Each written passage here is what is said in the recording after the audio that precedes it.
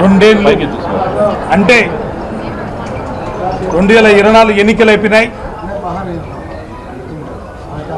ఎన్నికల్లో ఎన్నో హామీలు ఇచ్చి, ఉచిత హామీలు ఇచ్చి, వైఎస్ జగన్మోహన్ రెడ్డి గారు ముఖ్యమంత్రిగా ఉన్నప్పుడు సంక్షేమ పథకాలతో కొనసాగిస్తూ సూపర్ 6, సూపర్ 7 అని 421 హామీలు చెప్పి అధికారంలోకి వచ్చిన వ్యక్తి చంద్రబాబు నాయుడు. 2 ఏళ్ళు పూర్తవుతుంది. 2 ఏళ్ళుగా మేము చంద్రబాబు నాయుడికి, ప్రభుత్వానికి కూడా మేము హెచ్చరిక ఇస్తూనే ఉన్నాం. మీడియా ద్వారా కానీ ధర్నాలు, రాస్తారోకలు చేస్తూ ఎన్నో హామీలు ఇచ్చినారు. అవన్నీ ప్రజలకు నెరవేర్చండి అని ఎన్ని తులుపు చెప్పినా కానీ ప్రభుత్వం మొండి చేయి చూపడం జరిగింది. 2 ఏళ్ళు అయిపోయినాయి. ఈరోజు ఎన్నికల్లో బాబు షూరిటీ, భవిష్యత్ గ్యారంటీ అని లక్షలాది మందికి, యువతకి, మహిళలకి, విద్యార్థులకి, అందరికీ, రైతులకి నట్టేట ముంచిన ఈ ప్రభుత్వం ఇప్పటికైనా కన్ను తెరుచుకొని 2 సంవత్సరాలు తంది చెప్పిన హామీలని నెరవేర్చాలని వైఎస్ఆర్ కాంగ్రెస్ పార్టీ డిమాండ్ చేస్తుంది. నిజంగా ఈ ప్రభుత్వకి మోసం చేసి ఈరోజు 2 సంవత్సరాలు అవుతుంది. నిరుద్యోగ వృత్తి 3000 కల్పిస్తా అని చెప్పి రాష్ట్రంలో ఎంతోమంది యువత తెలుగుదేశం పార్టీ అధికారంలోకి వస్తుంది, మాకందరికి ఉద్యోగ అవకాశాలు వస్తాయి, లేకుంటే మాకు నిరుద్యోగ వృత్తి ఇస్తాడు అని ఎంతో ఆశగా చూశారు. ఈ 2 సంవత్సరాల్లో యువతకు కాదు కదా, అందరికీ మోసం చేసిన ప్రభుత్వం తెలుగుదేశం ప్రభుత్వం. అన్ని హామీలు నేను ఇచ్చాను, సూపర్ 6 నేను ఇచ్చిన హామీలను నెరవేర్చాను, P4 అనుసంధానం చేశాను, రాష్ట్రాన్ని నేను చెప్పిన హామీలతో పాటు రాష్ట్రాన్ని అభివృద్ధి చేస్తున్నా, ఎన్నో సాఫ్ట్వేర్ కంపెనీలు తీసుకొని వస్తున్నా అని చెప్పి కల్లబొల్లి మాటలు వాళ్ళ ఎల్లో మీడియా ద్వారా చెప్తున్నారు తప్ప ఒక ఉద్యోగం కాదు కదా, ఒక అటెండర్ ఉద్యోగం కూడా వచ్చిన పాపాన పడలేదు. మా ప్రభుత్వంలో జగన్మోహన్ యువతకి 136,000 ఉద్యోగాలు అట్ ఎ టైం పాదరక్షంగా ఎక్కడ కానీ లోటుపాటు లేకుండా మెరిట్ స్టూడెంట్స్కే అవకాశం కల్పించిన ఘనత మా జగన్మోహన్ గారు. ఈరోజు చూస్తున్నాం ఈ ప్రభుత్వంలో కేవలం 16,000 ఉద్యోగాలు డిఎస్సి ద్వారా రిలీజ్ చేసిన తర్వాత ఆ 16,000 ఉద్యోగాల్లో కూడా స్పోర్ట్స్ కోటా కింద దొంగ సర్టిఫికేట్తో మహారాష్ట్రలో ఉన్న సర్టిఫికేట్ తీసుకొచ్చి 18 స్పోర్ట్స్ కోటాలో ఉద్యోగాలు కల్పించి కొన్ని వేల మందికి, యువతకి మోసం చేసిన ప్రభుత్వం, దగా చేసిన ప్రభుత్వం. నిజంగా మహిళలైతే ఈ రాష్ట్రంలో ఉన్న 5 కోట్ల జనాభాలో 2.5 కోటి పైచిలకు మహిళలు ఉన్నారు.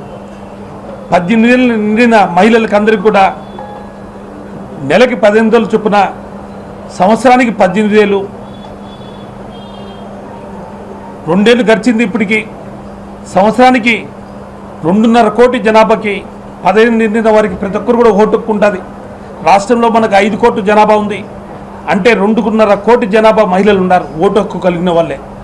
వాళ్ళు బిలో పావర్టీ లైన్ వేసుకుంటే 2 కోట్ల మంది ఉన్నారు. 2 కోట్లు ఇంటూ 18,000 వేసుకుంటే 32,000 కోట్ల రూపాయలు, అంటే 2 సంవత్సరాలకు సరాసరి 64,000 కోట్ల రూపాయలు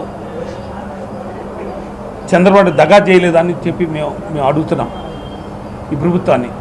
నిరుద్యోగ యువతకి 20 లక్షల ఉద్యోగాలు, నెలకి 3,000 చొప్పున, సంవత్సరానికి 18,000 రూపాయలు, 20 లక్షల మందికి ఇంటూ 18,000 వేసుకుంటే 1836 అంటే 3,600 కోట్ల రూపాయలు దగా చేసిన వ్యక్తి చంద్రబాబు నాయుడు.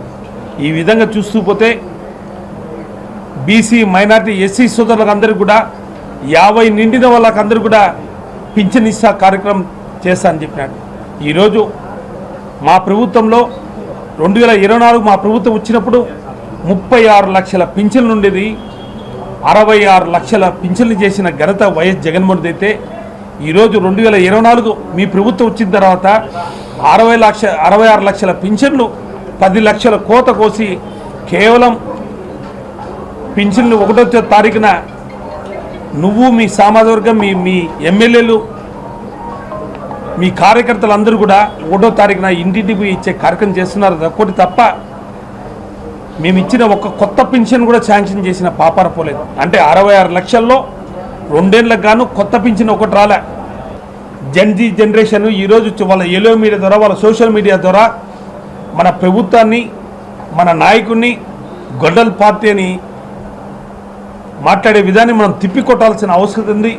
ప్రతి ఒక్కరు కూడా సోషల్ మీడియా ద్వారా ప్రతి ఒక్కరు మౌత్ టు మౌత్ రేపు జరిగే సర్ ప్రోగ్రాంలో మనమందరం కూడా ఇంటింటికి పోయి ఈ ప్రభుత్వం చేసే వైఫల్యాలని సర్ ప్రోగ్రాంలో మన సింపతి పరులందరూ కూడా ఓటెక్కించే కార్యక్రమం కూడా అందరూ పాల్గొంటారని దీన్ని జయపురం చేశారని వైఎస్ఆర్ కాంగ్రెస్ పార్టీ ఇచ్చిన పిలుపులో జూన్ 4, జూన్ 7, 8 తారీఖున 12 తారీఖున ప్రతి ఒక్క కార్యకర్త, యువత, విద్యార్థి, మహిళా విభాగం, అనుబంధ సంఘాలైన అందరూ కూడా పాల్గొని జయప్రదం చేయవలసిందిగా కోరుచున్నా.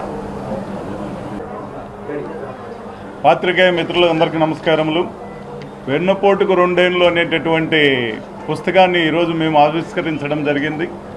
నిజంగా 2 సంవత్సరాలు అయిన తర్వాత అతను ఎంత ప్రజలకు ఏమేలు జరిగింది, ఈ కూటమి ప్రభుత్వం ద్వారా ఎంత వాళ్ళు ఇచ్చినటువంటి హామీలు ఎంతవరకు నెరవేర్చినారు అనేది మనం పరిశీలించినట్లయితే బాబు షూరిటీ, మోసం గ్యారంటీ, సూపర్ 6, సూపర్ 7 ఏ పథకాలు కూడా అమల్లోకి రావడం లేదు.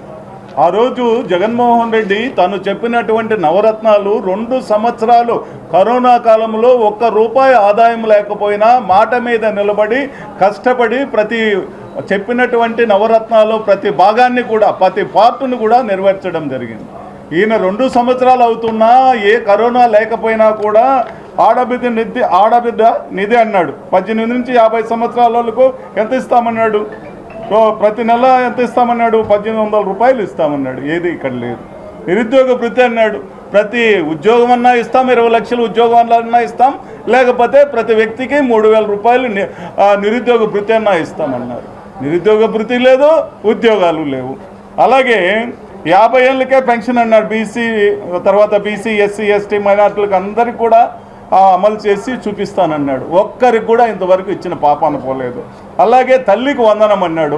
1 సంవత్సరం ఎత్తేసినాడు, 2వ సంవత్సరం కూడా దాదాపు ఒక 20% మెంబర్స్కి అందరికి కూడా 8,000, 9,000 వేశాడు. నేనేమి చెప్పినాడు ఆ రోజు? ₹15,000 వేస్తాను. జగన్మోహన్ రెడ్డి గారు 15,000 వేయకుండా ₹2,000 మిగతా నిధులకు కేటాయించుకునేదానికి, బాత్రూమ్స్ అయితేనేమి వీటి డెవలప్మెంట్ కేటాయించుకునేదానికి ఉపయోగిస్తున్నాడు. నేను ఆ విధంగా చేయను, ₹15,000 ఖచ్చితంగా మీకు ఇస్తానన్నాడు. ఆయన తీరా వేసాలకు 17,000, 8,000, 9,000 ఈ తల్లికి వందనం కూడా వేయడం జరిగింది. అలాగే ఫ్రీ బస్ అన్నాడు. అందరికి కూడా ఏ బస్సులో అయినా ఎక్కండి, ఏ బస్సులో అయినా దిగండి, ఎక్కడికైనా పోండి, ఎక్కడికైనా రండి అన్నాడు. మన తీరా వచ్చేళ్ళకి ఏం చేశాడు? 6 రకాల బస్సులకే మాత్రమే పరిమితం చేసి ఆ బస్సుల్లో మాత్రమే తిప్పుతున్నాడు. అంటే నువ్వు చెప్పినటువంటి విషయాలన్నీ కూడా ఏం చేశాడు? అన్ని మోసాలే. చెప్పిన ఒక మాట మీద కూడా నిలబడలేదు. ఈరోజు విద్యారంగాన్ని పరిశీలిస్తాం. ఈరోజు విద్యారంగాన్ని పరిశీలిస్తే జగన్మోహన్ రెడ్డి గారు ఉన్నప్పుడు నాడు నేడు అనేటటువంటి పథకం ద్వారా దాదాపు 3 దశల్లో 73,000 కోట్ల రూపాయలు పెట్టి స్కూళ్ళ అభివృద్ధిని చేయడం జరిగిందనమాట.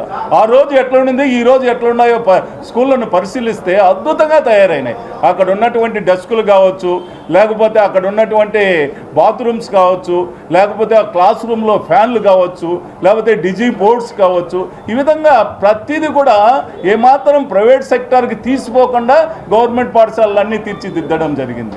3వ తరగతి నుంచే ప్రతి సబ్జెక్టుకు ఒక టీచర్ను పెట్టడం జరిగింది.